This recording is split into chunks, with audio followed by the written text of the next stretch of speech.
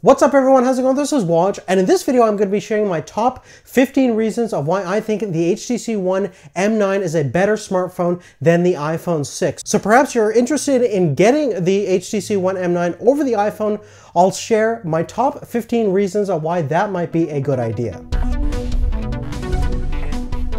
Now the first thing I want to mention is regarding the displays. Now even though the HTC One M9 is not as vibrant and is not as bright as the iPhone, I think the fact that it is still larger is nice, and it does have a higher overall resolution of 1920 by 1080 opposed to the iPhone's 1334 by 750. Furthermore, it has a higher screen to body ratio of 68.4 versus 65.8. So you have more screen real estate to work with as well as higher resolution, which is definitely nice to see on the HTC One M9. Next, one of my favorite features on the HTC One M9 is the inclusion of those great front-facing stereo boom sound speakers. Not only can these reproduce a lot better audio fidelity, especially in terms of the mids and bass frequency, but they're facing right towards you where they should be, unlike the downward-facing speakers that we have on the iPhone. And here we can play a little bit of music so you can hear the difference yourself.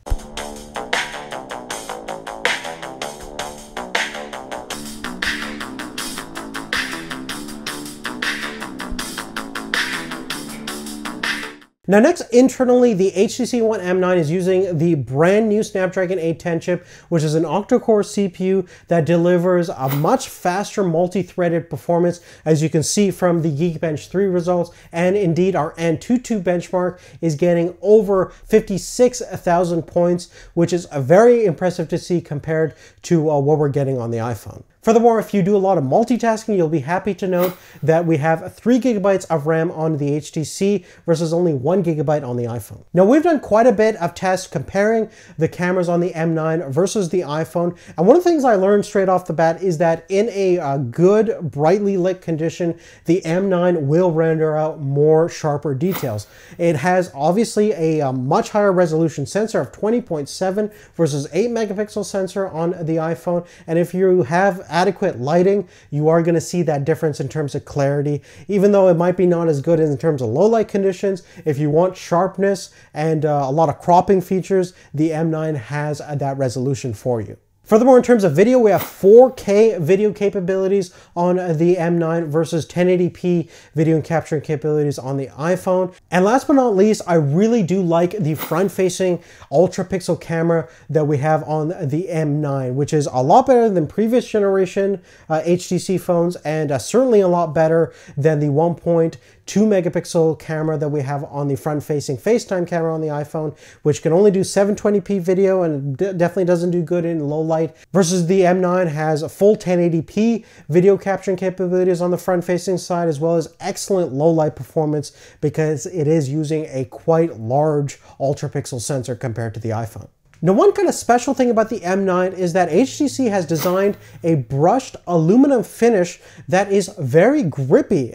Considering the fact that both phones are made of aluminum construction, you'll definitely find that the surface on the iPhone is just a little bit more slippery compared to the more grippier surface we have on the M9. This is one of the concerns we had on the original M8 and M7, and HTC has modified the feel of the back of the phone so you have as much grip as possible with aluminum construction, which is definitely nice to see if you have butter fingers like myself. Moving forward, another handy feature on the M9 is the fact that you do have micro SD expandable memory still. You have 32 gigabytes internally, but you can easily expand that memory up to whatever you like using that micro SD expansion slot, versus the iPhone, you're gonna have to stick with whatever model you chose originally. Continuing forth, in terms of the battery performance, there's not going to be a major difference between the two. I've been using the M9 for a couple of days now. I'm getting very similar overall performance compared to the iPhone, but if you do use it in its power saving mode, you can get 2 to 3 hours better,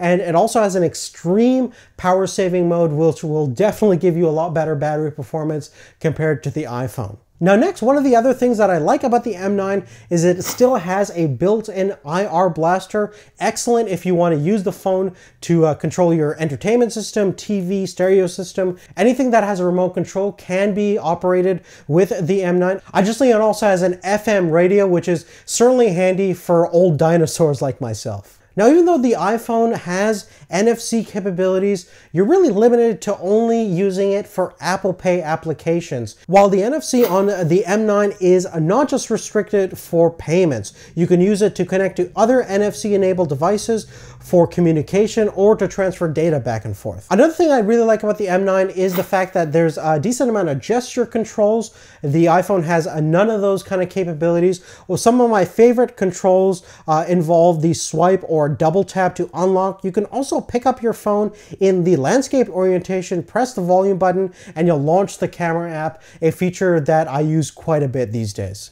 Now, winding down, another great thing about the M9 is that even though it's running the HTC Sense skin on top of Android 5.0, there's quite a bit of customization options on HTC side. You can basically change the fonts, the icons, the animation, basically custom tailor the skin to look exactly the way you like it. And there's even user integrated themes, and you can even design your own. So there's lots of customization options on the HTC One M9 opposed to the iPhone, which you're pretty much just stuck with the iOS look. Now, last but not least, to some, this might be a minor advantage, but to me, it's a huge one. I really love fast charging capabilities, and every phone I think should have one, and the HTC One M9 is certainly no exception. You can go from 0 to 60% charge in just 30 minutes. And in fact, I got about 100% charge in just under an hour, which is really impressive to see. Something that the iPhone could really do with, but unfortunately, that's not the case.